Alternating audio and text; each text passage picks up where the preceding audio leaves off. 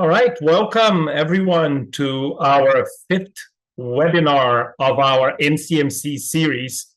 This is the last one of this semester. It has been an exciting semester, so I hope you've been to some of them. If not, please do find their recordings on our website.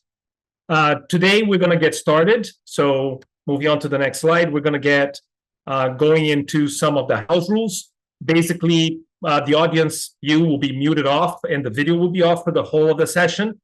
The chat box is only for host posting.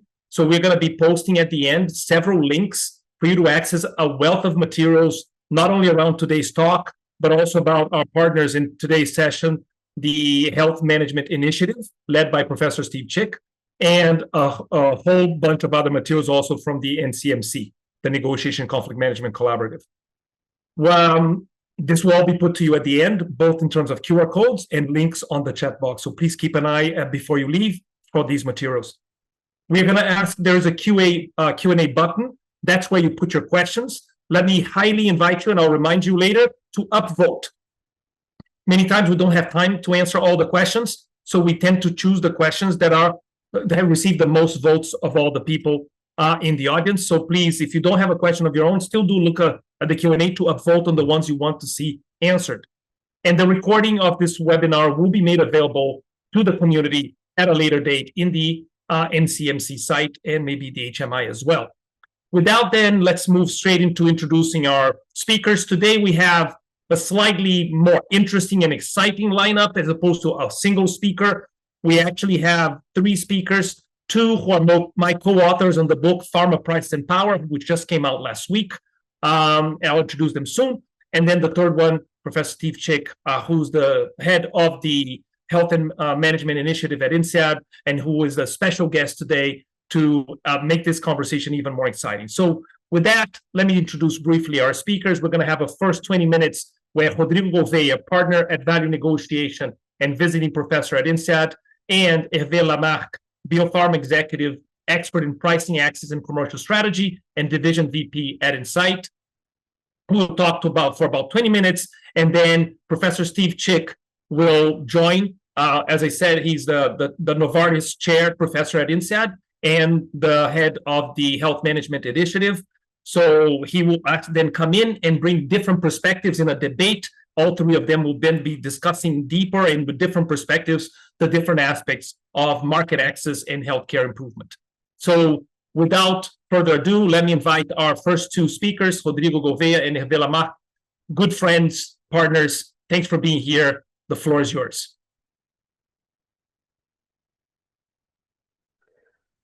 Thank you very much, Horacio, for the introduction, and it's a pleasure to wait. So let me just share.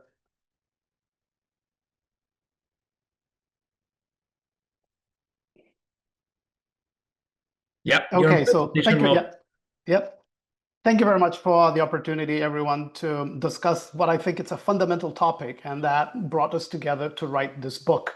It's a fundamental topic that impacts our health, and I will do this in 11 minutes. So I'm going to speak really fast. Sorry for that, and we're not going to go very deep into points. But if you think about healthcare, not from the point of view of negotiation, general person, you will think that, well, there's different stakeholders and each of them contributes in different ways for the health of patients. And if you talk to them, even in negotiations, they will focus on that positive aspect of value they bring to the system.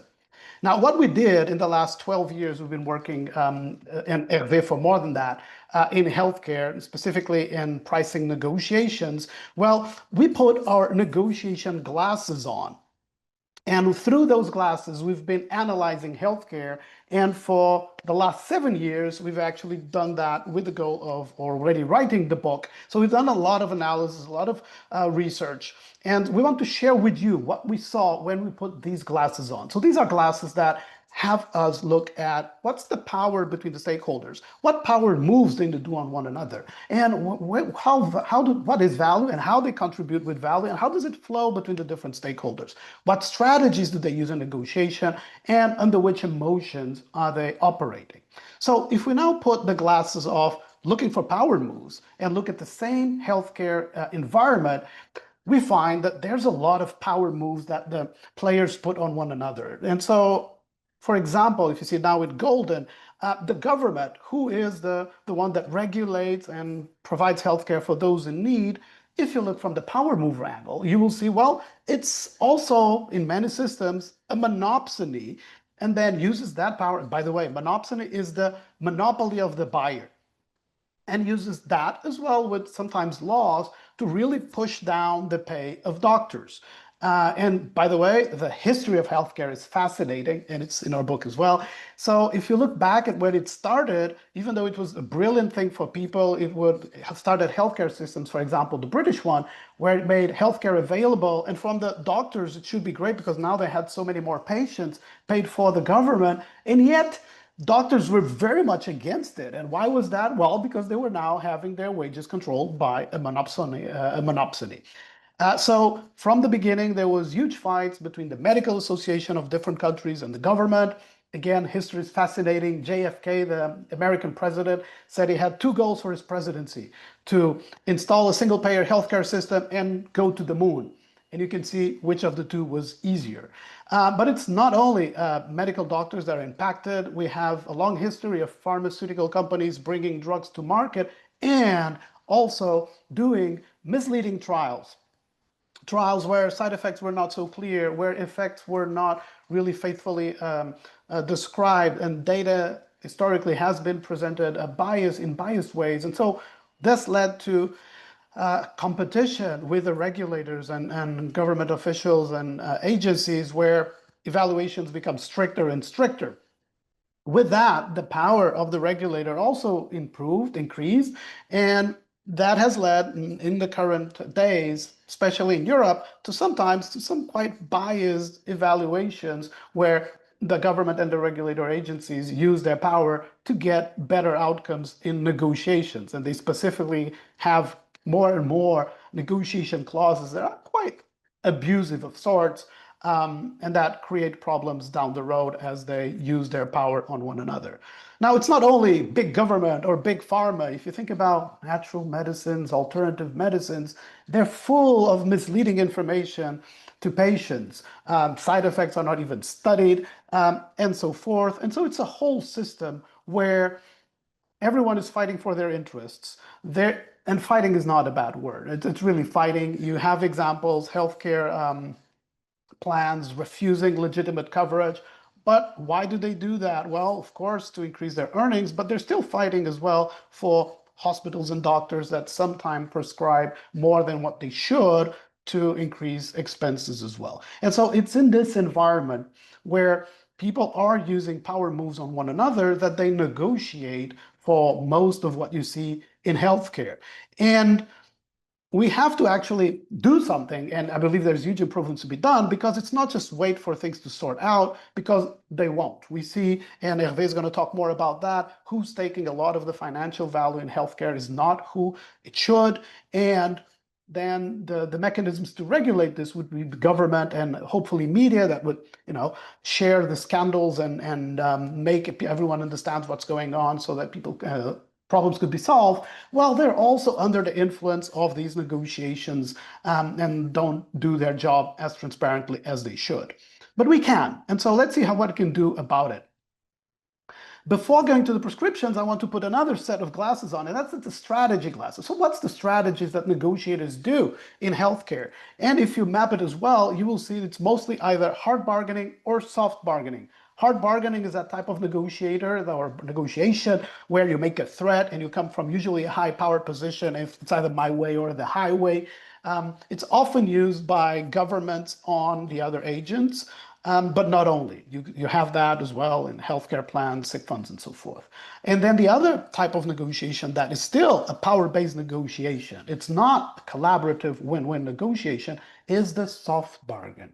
Is that type of negotiator that wants to create a great relationship, but somewhere is deceiving the other side, making the other side make decisions which they would not if they had a full, clear picture. So these are the two key types of negotiations that happen, and it's in this environment that decisions that impact overall everyone's health are being made. And the system is I would say, well, it's not bad in the sense there's a lot of great things that come from the system. We should be very grateful for it, but there's a lot of waste of value that could be addressed. So what are then the consequences? That destruction of value, not only waste, but really destruction, where you have some drugs that many patients don't have access to, that when they do, it takes more time than it should, or even sometimes where the drug is working fine, but due to the agreements that were made with the government, that access can be interrupted.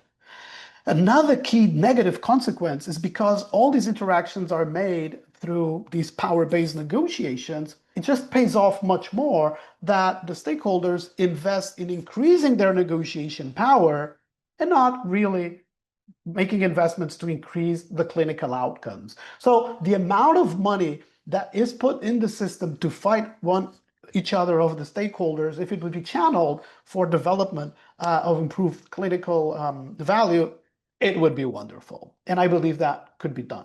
And then finally, another one is all the bad blood, the suspicion between stakeholders that just leads them to be very protective.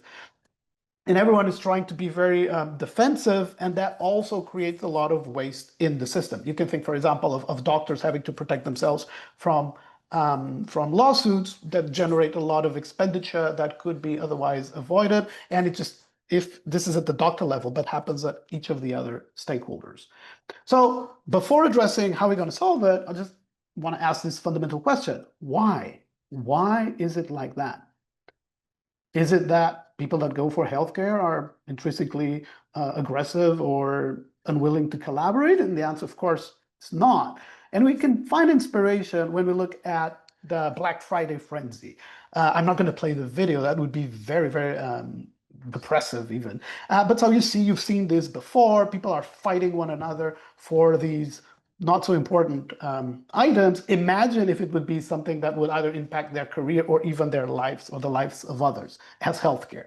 And so if you put people in a situation that is conducive to bad behavior, then they will behave accordingly. And if you look at the context of healthcare, well, it's almost Black Friday. So why do I say that? Well, it's a process without memory and accountability on how you behave. If you negotiate in a way that's really non-conducive to a collaborative environment and outcome, well, it's okay. You can do that again and again because you're going to negotiate with another stakeholder. You might be unlucky, meet the same person twice, but there's nothing in the system that keeps track of that. Then the system, the processes, they're structured for bargain. Even when there's a structure for negotiation, is assuming bargaining. So anchoring and all those bad moves, they're welcome and incentivized by the system. Also, because of the defensiveness, the system wants to be very simple, and many times it's just bargain on the price. You can't do value creation. You can't adapt to the interests of the two sides. And finally, people are not skilled in collaborative negotiation, and the system in many aspects is complex, overly complex, and opaque, which is like the perfect ground for the soft bargainers that want to deceive other people. So, not surprising, if we want to change the context so we get much better results, well, what we need to do is the opposite of the previous one. So we need to structure it for value creation, satisfaction of interests, which in healthcare, it's almost like a taboo. And some, if you're a pharma, you don't want to say what your interests are because it's going to be badly perceived. Everyone says they're only thinking about patients. Then clarity. We need a huge lamp on the system and to highlight all the ways that the negative people take advantage so that we prevent them from doing that. To create the incentives for good behavior, we need to do a bit like Airbnb. So no one would cross their mind to have some strangers sleep in their apartment for a weekend 20 years ago. And nowadays, a lot of people think that's okay. Why? Because there is a system under which this operates where I have a reputation to protect. And so I have incentives to negotiate or stay in the apartment in the right way. We need that for healthcare negotiations. And finally, not finally, one before final, we need to let go of this idea of pharma against payers and doctors protecting as a clique, every group as a clique, which is the outcome when you have a power competition between different stakeholders, and instead focus on, okay, what is our common goal here and what are our common enemies? And if the common enemy is someone from my group, I should be rewarded by pointing them out. And so if you think a little bit about all these things that I've been saying, it's not new. Because humans, they've learn how to collaborate by evolution first and then by religion and other mechanisms, we can operate collaboratively if we are given the right incentives. If you look in the past in the villages, there was gossip. But all those and other things, which are very similar to what I'm saying here, we need to bring that back. We cannot create the Black Friday environment. And finally, for the skill part, as part of our 7 years working on this, we actually created a part of our book, which is chapter 6, which, by the way, you can buy isolated if you do it as a digital acquisition, Kindle and so forth. There's a full manual from beginning to end on how to negotiate collaboratively in a PNR negotiation. So just wanted to thank my 2 co-authors for the wonderful time and effort writing the book, and for all of you using your time to listen to us. Thank you very much. And I'd like to pass the word to my colleague Hervé. And sorry, I went 1 minute over what I thought I would. That was great. Thank you, Rodrigo. All right. So today I want to speak not just about pharma, but I want to take maybe one level up and speak about innovation and, what stands in the way of innovation, and finally why we wrote this book. And I think it starts with a very simple and bold belief, right? Which is that science can change life, that we can bring better therapies to all patients, and that the healthcare system should be actually designed, as Rodrigo was saying, to do so. But actually, if we look at it today, there is a problem, because those who drive innovation are kind of trapped in a system that is supposedly made to reward breakthrough, but is not really, right? And the question is, how do we make sure that the people that actually do innovation, like the company I work for, actually can focus on delivering more of them? And that's really what I will be speaking about. So it starts with a kind of very beautiful theory where we have a system that is very nicely done, that reward innovation based on 2 pillars, which is value-based pricing on one hand and patent on the other. And then pharma invests, pharma does most of the investment, right, in the medical field compared to a public alternative. And pharma invests, so in drug discovery, it's expensive, depends a little bit on the product and the therapeutic area, but you're looking at a number that is between 500 million and 1.5 billion to develop a drug. It's quite uncertain, even for the molecules that actually go into phase 1, which is a phase in which you have, the first patient being exposed or the first human being exposed. Only 5% of them actually would become a drug, and it's long, right? It's between 7 and 10 years. So pharma invests in drug discovery, then runs a clinical trial to prove efficacy and safety. Then there is the impartial regulatory review, the assessment of the relative value. So each country will look at the relative value of each drug, and based on that, you have a price based on the incremental value, right? How much better are you versus the current treatment? And then pharma can sell until the patent expiry, and then generic arrive. And this is a system that works well because there is no rent, right? And you want to improve existing treatment to enjoy the benefit of value-based pricing and patent for a period of time. So there is really a kind of pursuit of innovation built in the system. Now, the reality is quite different, right? And that's where we want to speak about now. So, and there is maybe 2 worlds. There is one, which is the US. And here I would like to share a slide. So give me 1 second to do so. I think that should be this one. Share. Yes, I will go in full mode. So hopefully you can see that. And basically what we are saying here is that if you look at the US, you see that we have pharmacy benefit managers, so PBMs, that manage drug benefit on behalf of the health plan. And basically here, what you see on the slide is that if you look at, a theoretical $100 drugs, there is 58% on average that goes to pharma, which 15% profit. And then there is the rest that goes to these, intermediaries, mostly PBM, right, with an 8% profit, which means that those guys capture about 1/3 of the profit on drugs. But the point is that those intermediaries actually do that for every drug, right? So at the end of the day, because of that, the biggest healthcare companies that we have in the US are actually PBMs, right? If you look at the revenue of PBMs, the biggest one is making 400 billion, and that's 7 times more than the biggest pharma company, which is at 64 billion, more or less. So you see, you know, how those guys are actually capturing some of the value chain, right? And some of the value in the value chain. Now, if we think about, you know, another place like Europe, for instance, here the negotiation is taking place on objective criteria. As I said before, you know, the payer or the age technology assessment will look at the merit and the incremental value a drug brings based on the criteria. But then everyone is trying to actually, you know, have more power in the negotiation, like Rodrigo was saying.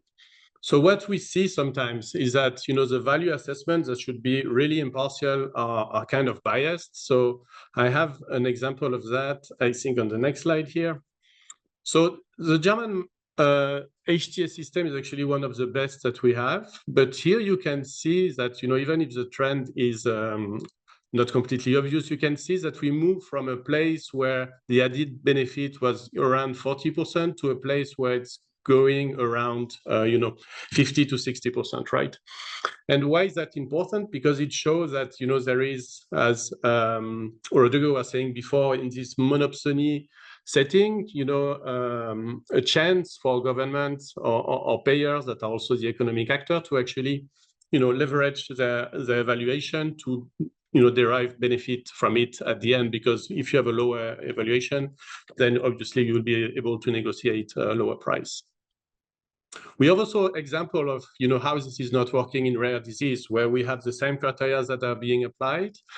And I have had an experience where, you know, we were working in a very rare cancer, and it took, you know, for the clinical trial with a single-armed clinical trial, it took 7 years to recruit 80 patients. And the HT agency were saying us, okay, so you should have had a control arm, right? Which is the kind of the standard of care, the standard of practice, you know, for this evaluation. But should we have decided to have a control arm, we would have added another 7 years to recruit the patient, and then we would be after the patent life, right? So you can see how sometimes these rigid rules are not really practical in practice. Another tactic that is, you know, very often used is just, you know, bureaucracy and, you know, delaying launches. So here we have a study that has been done by, you know, IQVIA and AFPEA that shows that less than half of approved medicine were available to patients, right? And that's 2 years after they're being made, or the year after they're being made available, right? So you see that, you know, one of the way to actually control cost and is to just, you know, delay the entry of drugs or not having them at all. All right. The other thing I wanted to speak about is basically how pricing of drugs work. Basically, as I said, we have each country saying valuation criteria. Then it's a little bit of a bargaining between you know, the payer and the government under those criteria. To give you an example, right? Some criteria are like the QALY, so that would be the quality adjusted life years, which is basically the number of years you're adding in a good health. So you can already see that this is you know, penalizing drugs that work at the end of your life, which is, you know, many times in the situation, while it would provide a much higher price if you treat a patient in the pediatric setting. So just to give you an example of this, you know, different criteria and how some of them, so the one I was speaking now is not used in many other countries, for instance. The other thing which is important to know is that there is 2 prices, right? There is the official price, the one that you hear in the media, and then there is the net confidential price, which is much lower. So when everyone gets shocked about the extreme price, these are not a real price. And if people are shocked that there is no transparency because it's confidential, it's just to avoid that, you know, other country will start a discount request on the discount of another country. So the negotiation of price is really a word in itself, and if you want to know more about it, I think you can become an expert by just reading our book.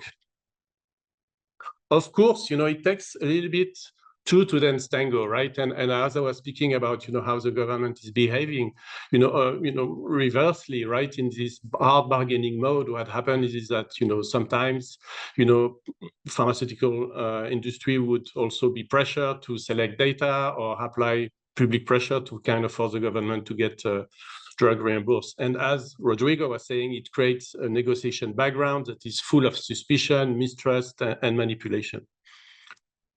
So to recap, right, the system is great in theory, but everyone is trying to fight each other and position themselves to have more power in the negotiation.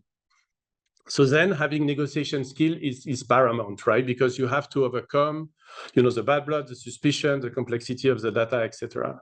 And at the end of it, remember that there's only one negotiation for one product for one country, right? So if you fail to do a good job there, you destroy the value for this market.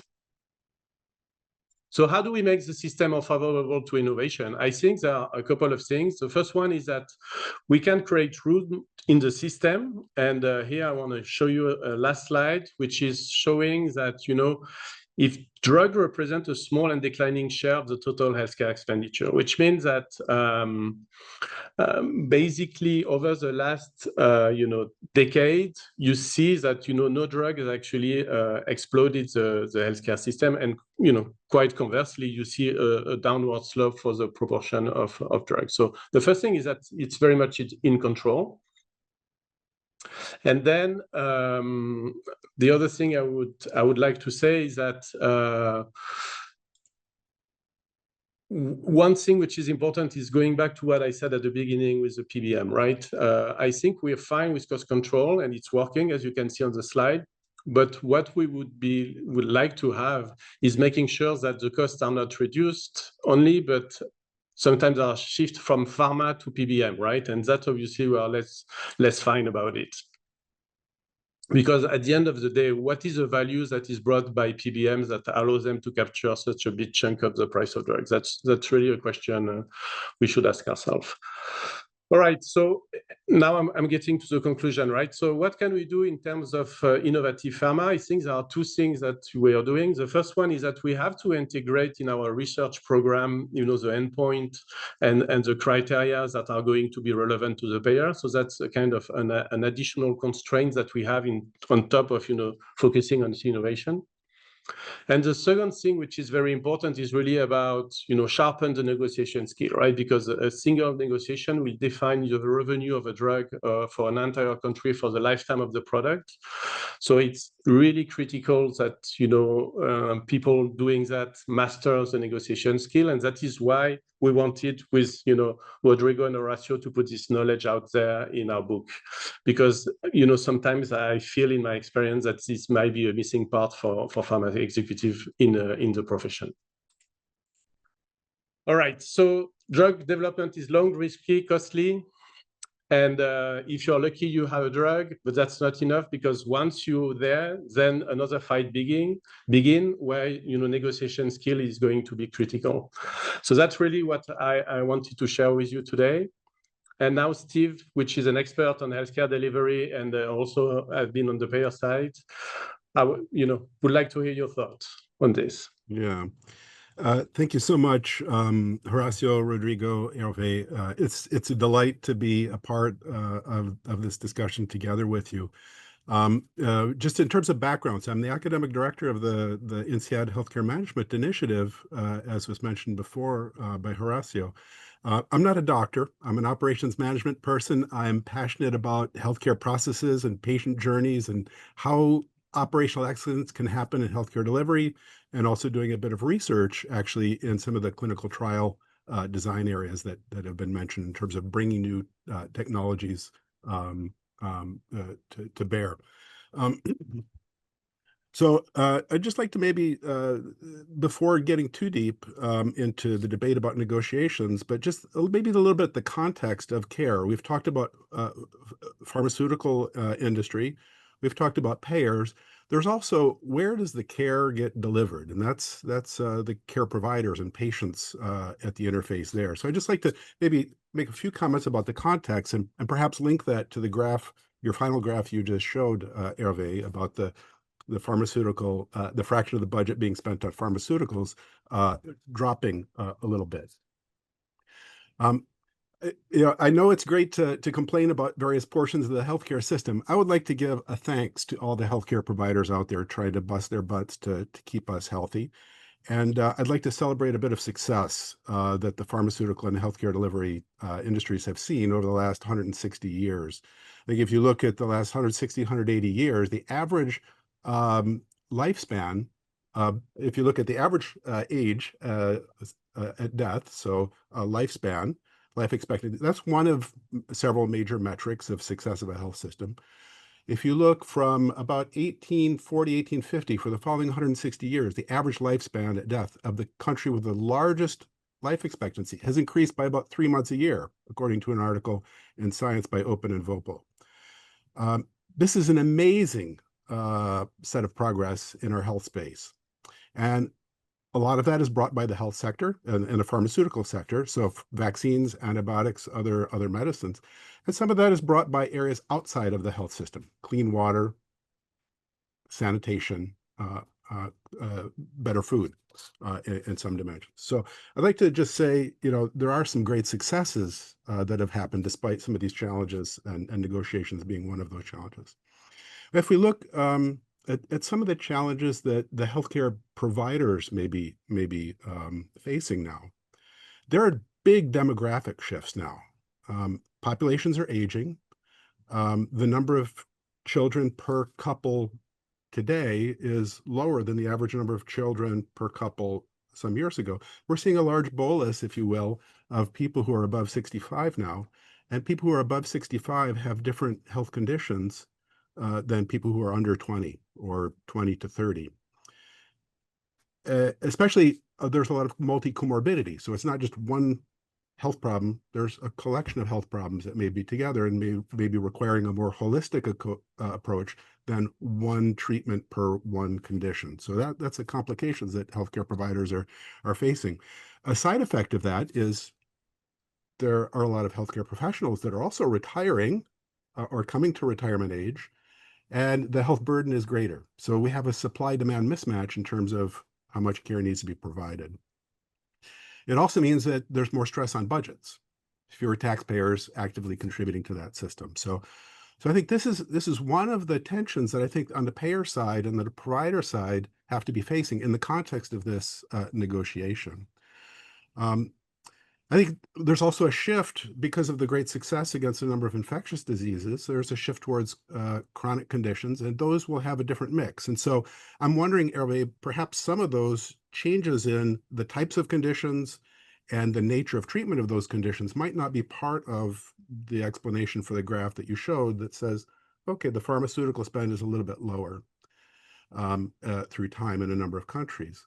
I think it's also useful to think about, well, what is the total health spend, not just what's the fraction that's pharmaceutical. It might be that the actual pharmaceutical spend is actually going up. We have more diseases, more drugs that we're able to treat now with those new drugs. But it might be that other portions of the health system expenses are going up faster. The complexity of hospitals is very, very deep. The focus on let's see what we can do to prevent a few things to try to save costs elsewhere, that's also an issue on the provider side. And there's a misalignment there, I think, even internally, that might lead to financial misalignment in terms of incentives.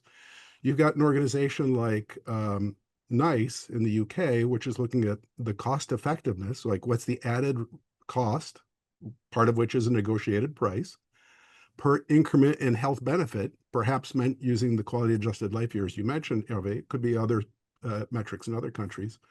But that's can I get in and start to sell in that system? On the other hand, if I'm running a hospital or I'm running a chain of clinics, I've got a budget to meet, especially in the public system. And so I'm really trying to maximize what I can do in health for the budget I've got, right? It's budget consumption. And then if I'm a care provider on the front lines, I want to do the best by my patient And it's not so much about cost, but what can I do for my patient to best maximize health? So there's even some internal incentive misalignment within the care provider side. And that's the context where those negotiations are happening. So you get different stakeholders, each with different viewpoints on some of these issues. And I think it may be that we need to start thinking about health as an investment, perhaps more. Like we think about building road systems, well, to improve commerce, to improve transportation. We think about building schools to build an educated workforce. Well, can we build health, can we think about our health expenditure not as a budget consumption and constraint, but can we think about what is the value we're bringing to the table? So I guess that's kind of aligned with going beyond price in the negotiations that you're describing. So those are a couple of the things. There are many other things that are going on in the health system as well, as many of our listeners in the audience are aware of.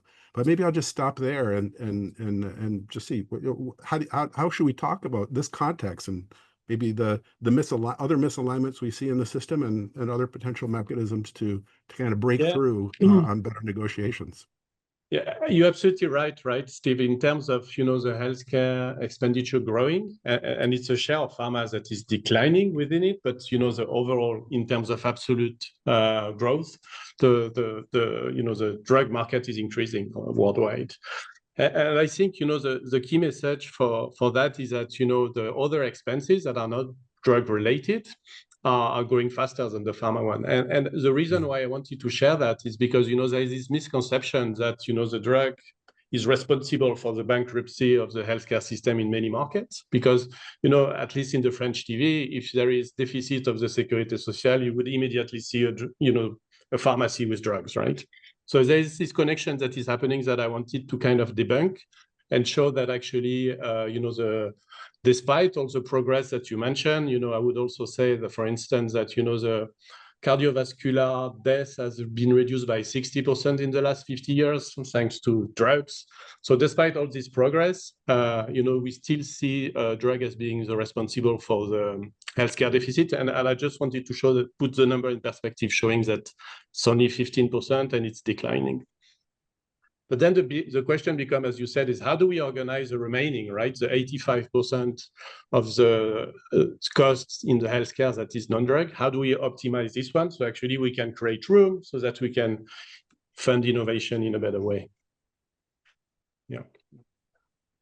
So I'd like also to share some thoughts, especially on the last point you made, Stephen, on the real patient being an elderly person with several diseases. I actually had a case in my family. My grandfather of 91 came home from the hospital and he was given 6 drugs.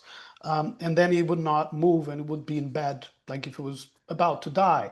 And the reason for it is because drugs have been tested on 60-year-old patients who only have one disease, and that's how doses are estimated. And we now live in an environment that believes that medicine should be evidence-based. And so that incentivizes doctors to prescribe the natural dose for that person, all the 6 drugs at the same time. So my father actually titrated what would be the appropriate dose, and he got to 1/6 of the official dose. And then my grandfather was great, no side effects and all the benefits for drugs. So this goes to show that the incentives are not in place to lead to the maximization of value at the point of the patient. And so I think it's important for us to do this diagnostic, and we do a lot of that in the book, understanding why it is that. And then what we come to see is that, again, it comes from people trying to maximize their earnings under the wrong incentive. So in this case, particularly, if a pharmaceutical company was to think about, okay, let me make this clinical trial for this patient, which is the average patient, let's say 83 years old, probably having 4 other drugs in the system. Let me make this both my trial group and my control group. Well, that would be a trial where your drug would have a much diluted effect. Side effects would be much higher. You would need much more power to see, to have this significant difference between the groups. So you'd need a much larger set of patients. You would probably need to run it for a longer period. And then if you were to do that, your competitors would do the trials as they do now. They will be in the market, they will sell, and you would arrive in the market. I've done the best trial. Oh, my patent has expired and my competitor took the market. And so you see, there's a lot. This is just an example. It goes to show we have a system of wrong incentives in place. And so it's this idea that how do we negotiate the different interests of the different stakeholders and get people to get the right incentives in place? You're absolutely right, Rodrigo. This is happening, right? Is that, you know, in order to accelerate, because speed is really of essence, because there is a patent, you know, clock, right, ticking. You know, we want to run trial as fast as possible and get the best result, you know, very early. And the best way to do that is to, you know, include patients that actually have only the conditions that we're aiming to track without this noise by other condition, right? And if we don't do that, obviously we get results that are a little bit, you know, more confusing, more power, so more cost, more time, etc. So, and the competition will not do it, right? So, indeed, you're completely right. It's the Black Friday environment. That's my point. Yeah. That's exciting. Yeah, yeah. There are so many structural things that might be, you know, causing some of these challenges. You've already raised quite a few of them. But one of those is just understanding what is the metric of what we're trying to achieve. You know, the clinical trial, as you said, Hervé, you want to have a controlled population, a controlled treatment environment. Real world evidence is quite a bit different. Sometimes you get the data and you can't get the data in other settings, or the data doesn't come for a few years. So really, there are a number of things that are kind of structured against us. I am seeing a couple of comments or questions in the chat box here. Some of that around antibiotic resistance and how come there's not more investment in that space. Seeing some stuff around rare diseases, orphan drugs, so smaller numbers of populations. And like one of the things that that I've kind of observed in practice is that it's often, you know, okay, here's a disease area, here's a novel treatment, and maybe several companies might be pursuing that novel treatment, but it tends to be not necessarily coordinated across those. Antibiotics, you know, have not been the high revenue item, so maybe there's less incentive there. The rare diseases, we have smaller populations, so kind of the upside of getting it right might be less. And so maybe the NPV just a priori, in terms of as an innovator, do I want to go into that? It might push me away. On the other hand, we have seen some very interesting approaches around portfolio thinking, right? So we manage either venture funding or private equity funding coming together to procure a bunch of different potential treatments for the same condition or some perhaps different conditions, and then you know, having some sort of mechanism to manage that portfolio to be able to de-risk any one project failing or succeeding.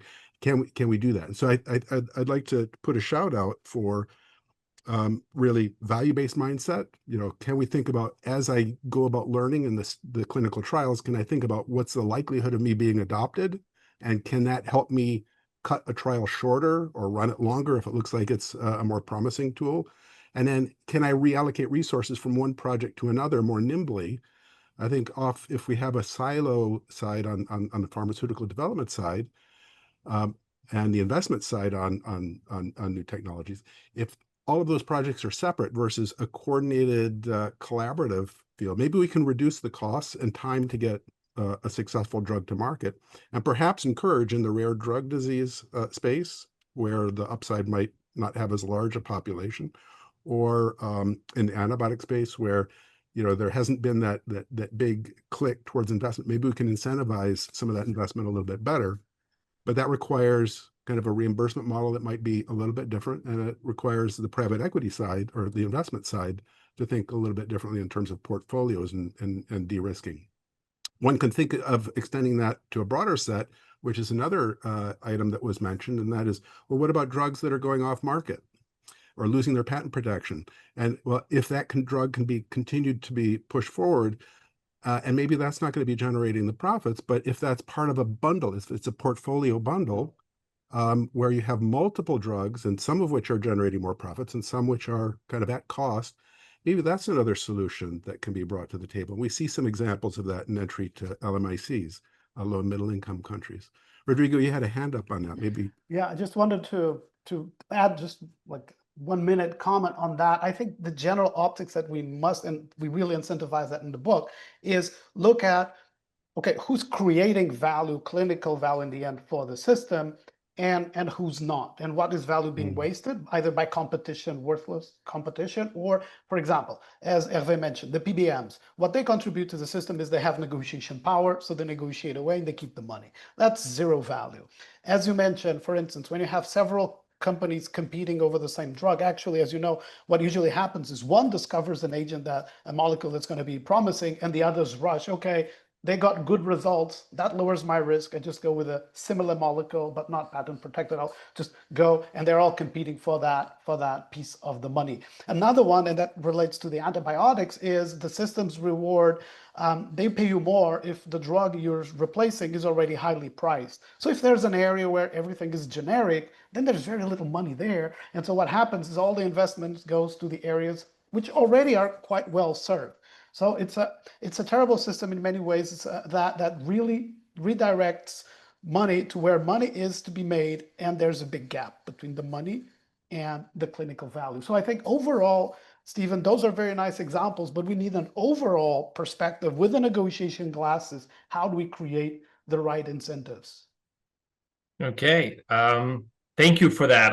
It hurts me to actually cut this off, but we have so many good questions going on that I think we should also reward the audience for staying with us this long. So I've been looking for the upvoted questions, so please feel free to, all the audience, to go into the Q&A and upvote for the questions you like the most. There's a couple questions, one US-China, there's one about Trump, but we'll come to that. So comparing US and China having prices very under control, where the US organically moved into something more inefficient, very middle person heavy, the PBMs that Hervé mentioned. Could the US get there? I'm assuming there is like getting prices under more tight control. Are Trump threats valid in your opinion? Yes, so that's a big topic, right? Of this most favored nation and the Trump organization. So I think if you really take a helicopter view, what you could say is that despite the problem of the PBM, right? The prices in the US are between twice and 5 times higher than in the rest of the world. And one way to think about it is that actually most of the European payers are kind of free riding on the US price when it comes to investment. We see countries that come very late, almost that they were waiting for the drug to be going off patent before actually making it available to the citizen. So I think in that sense it's one good reminder for the European agencies that the systems that they are living on right now, to the point that Rodrigo was making before, is not rewarding value to the right level, right? So I think that poses this question. How it will be answered, it's difficult to say at this stage, because this Trump, is kind of relatively erratic in his decision-making process. So it's not very clear. Even the people, connected to Washington at INSEAD are not very necessarily understanding, that is what I'm trying to say is that the range of possibilities is very broad, right? And there is no clear, regulations that has been drafted or something like that. So we don't know exactly where it's going to go. Okay. Should I move on to the next question? Yeah, sure. So it's not exact the next one, but it kind of more linked, which is then saying, okay, so again, on Donald Trump not being very much of a win-win negotiator, what will be his influence on the negotiation style and results then in Europe? If he applies more what he's threatening to apply, what's the impact of his vision for American companies as well? Right. So I think that, and you guys can chip in as well. So building on what Hervé said, he tends to look at unfairness very acutely when it's against the side of the US. And so he's correctly point out that something doesn't match between the contribution that the US has done for medical research. It's not only the price, it's also the NIH. It has been the largest chunk in the last 80 years of all research. And so I think it's to expect that he's going to force that the Europeans because that's his style of negotiation, that's going to force that the Europeans pay more for their drugs. I think that's going to be like the easy lever for him. He could also try to attack the PBMs, as Hervé said. They have huge power over Congress and other instances of American politics. So I think like the easier target, and that as a win-lose negotiator, I think is going for Europe. Now, to bring a bit, lift the spirits, the person heading the FDA is Macquarie. He's an author of several books, and he's really focusing on fighting waste and the PBMs, for example. He wrote a whole book on how is the healthcare system failing people. He's a very well-known, renowned doctor. So I think there is a possibility, hopefully, to address one of the problems that we have between the US and Europe is that everyone is demanding different things from pharma. And what happens in the end is that pharma tends to follow a bit more what the FDA says, because that's where the big market is. And so there's also a lot of deficiencies on how clinical trials are being done that may be improved now with this administration. Let's see. Super. I'm seeing the two others nodding, so I'm just going to jump into the next one. And I think this is flowing quite well, because one of the things then that was mentioned, I think by Hervé, was the idea of the net price in Europe. And Rodrigo, you mentioned the flashlight, the throwing more clarity and transparency into the system. So what if the EU were to vote like no more confidential pricing, no more net pricing, and suddenly all countries have a view, and some even argue, why not an EU price as opposed to that difference between countries? How would be the reaction of the panelists? Yes, so I think I spoke about it a little bit before, but what I would say is that, the problem of having transparency on net price is that, let's say we have Belgium that has negotiated a price at 100, right? And Germany is, let's say, 100 as well. And they would say, well, because the volume in Belgium is so low compared to my volume, I want an additional discount, right? So in a way, maintaining this difference between the list and the net is one of the ways that we manage to actually secure value-based pricing as much as we can in the different countries. So that's the reason why. The other thing is that there is also in Europe this parallel trade thing, which is legal. So, you can buy a product in, let's say, I'm going to take Portugal and then send it to, France or Germany, for instance. And nobody benefits from it except the parallel trader, right? Because it's the same price for patient. It's physician doesn't see the difference, etc. So, and in order to kind of make sure that this is under control, the best way is to have the same price across Europe, right? Because otherwise, if you take all the product from Portugal and ship it to basically Germany, for instance, then you would have a situation in Portugal where there is out of stock, right? So in order to prevent this kind of supply, problem, we try to have the same price across countries. And so I think as a consequence, in the end, that may be a system that may work. It may create problems. And we could think theoretically, well, but now everyone, even the wealthier countries and the poorer countries, they would end up paying the same. And so pharma can't adapt to the GDP. But then what also happens nowadays with the hidden price system is that countries that have big volumes and good HTA or price negotiations, they say they pay this, they reality pay that, and then you have the small countries that only see this visible price and they end up paying the high price as well. So everyone is always gaming every system. That will be my answer. What we need to create is a system that has these tools to permanently correct against those who are gaming the system with clarity, with a good flow of information. So we just keep adapting and pursuing value rather than one solution that everyone's always going to game it. And those with power will find ways. We just need to permanently look for value rather than power. One of the things I find super interesting here is that a number of the comments that we've been discussing are dealing with cost. And and dealing with kind of at the same time that we're dealing with inefficiencies and transparency and is data available. And I'd like to throw out maybe just are we able to think about other things than cost? So one of those would be risk, like with a number of the new biological medicines that are emerging. production yield is a big problem. And if we're paying at some sort of a wholesale price, a price per unit, or a buyback, like if there's extra drug or extra vaccine or extra biologic, the company, the government will buy back, or there's some novel contract designs there that go beyond the per unit price. But if the manufacturer is holding all the risk of the production yield, then the manufacturer is, by design, will likely produce less than might be socially optimal in terms of disease prevention. Think about vaccines, where you'd love to avert infections and complications, pneumonias during flu seasons. But manufacturers might produce less than might be socially optimal from a total cost perspective to the healthcare system.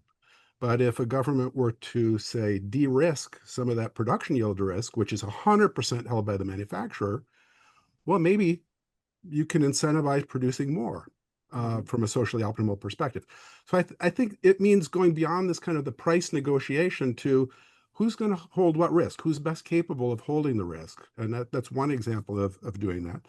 And in a world where maybe we can't share information perfectly, can we design systems such that even without sharing the information, we can still get some sort of better alignment, at least? An example of that would be, well, maybe I don't want to share my exact cost information that might be needed to implement one of the contracts that I was just describing, because it might be a trade secret, and that might help people reverse engineer my competitive ability. But maybe if there's a couple of contracts and a firm can pick which proposed by a payer, and the manufacturer or the drug producer can choose which contract to try to, in a way that helps maximize firm profit as well as improving social objectives of cost of treatment, cost of administration, cost of complications. Maybe there's win-wins there. And I've seen some examples of that being played out as well. So I think there's other things we can do just besides cost, and that's information reduction and risk sharing in different ways. And the third would be thinking about portfolios a little bit differently and de-risking, looking at portfolios of health solutions. So those would be a couple of maybe three things that maybe we could consider more fully in another time. Well, this is wonderful, Steve. Thank you. Actually, do you mind if I then take this opportunity? You left that one big idea there on the table to ask the other speakers as well to leave one big idea. That was something that people upvoted here quite a bit. What's one big idea you would like people to take away? Negotiation impacts your health in more ways than you would expect. And I think that would be mine. And I would say that if we want to fix US pricing system, we have to tackle the PBM. Okay. Steve, do you want to do a short one as well?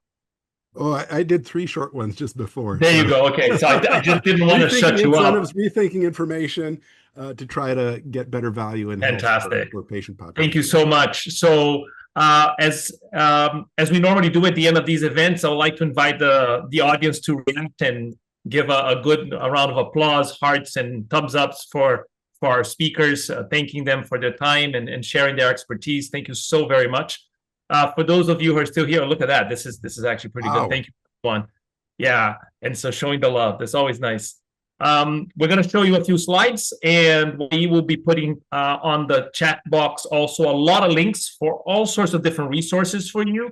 Please do subscribe to NCMC, register there. So we're creating now a little bit of a database. We're going to be putting all sorts of resources. So if you can open it up, I'm going to walk them through very quickly. So the first one is just thanking my colleague and friend, Steve Chick, and the Healthcare Management Initiative for co-sponsoring this particular webinar. Hopefully this is the beginning of a great collaboration. As you can see, there's a lot of interest and there's so much that we can be doing together. On the next slide, we'll have can we move on to the next slide? Yeah. We have some resources from the HMI. So articles and the website, you can get the QR code and the links will be on the chat as well pretty soon. Just giving you that quick second there to take a picture and get the QR codes later if you need. All right, moving on. This is the book, co-written with Rodrigo and Hervé and myself. So just came out once again. Here's a code for you to already get a 20% discount. We like deals. We're negotiators after all. So if we can help you get one, why not? But if you prefer Amazon, is there as well. Unfortunately, we didn't get a discount code for that. Just thanking our past speakers and showing what you, if you want to go to our website and see any recordings of those. By the way, the recording of this particular webinar will be made available on the platform. Give us a couple of weeks, but it should be there. The NCMC site, the Outreach tab. That's where you're going to find our webinars. Going on to the next one, we have the upcoming ones for next semester. So September, October, and November, we have Dr. Weiss talking about impasses in negotiation, how to handle that. Adam Kahane will help us how to collaborate with the enemy, particularly relevant nowadays. And Dr. Huda Abadi will actually talk about peacemaking inspired and embedded in Islamic principles so that it can be done more effectively in Islamic majority communities. Moving on, just a couple more resources there. So here's our negotiation course for the world, where we give free materials to schools all over the world. Full negotiation courses is not the video itself, is the role plays and other teaching materials so that their own professors can adapt and use there. We have it translated to 130 languages. We're looking for proofreaders, which is not that much work. We already have about 8 to 9 proofreaders in 8 to 9 different languages. If you would like to invest a little bit of time at your own pace to help and promote it in your language, by all means, do reach out to us. We'd love to have you as one of our contributors and volunteers. And of course, your work will be valued, appreciated, and recorded in the materials in your language. Moving on. Here, just some recent articles. There was a webinar also a couple weeks ago on AI that I delivered. The middle one, there were quite a few questions on Trump. So this one I wrote with my colleague here and friend Rodrigo on how to negotiate with Trump and win. We put out a couple of days ago on Substack. A funny story there. We actually submitted to several academic journals and they were rejected on political basis. Although we try to be as technical and apolitical as we could. People just said, we don't want to do anything on Trump. We thought that academia would be a little bit more neutral than that, but that was surprising. So we went Substack, the beauty of social media. And the secret of cross-cultural negotiations, which is a topic that been also coming in quite a bit. Do we have anything else, Wai? Is there next slide? Or are we done? We are done. So thank you, everyone, for staying a couple minutes later. Much appreciated, and hope to see you back in September when our webinar series picks up again. Thank you once again. And love for the speakers. Thank you, everyone. Love for the speakers. Thank you so much for joining, everybody. And thank you, Horacio, for the collaboration.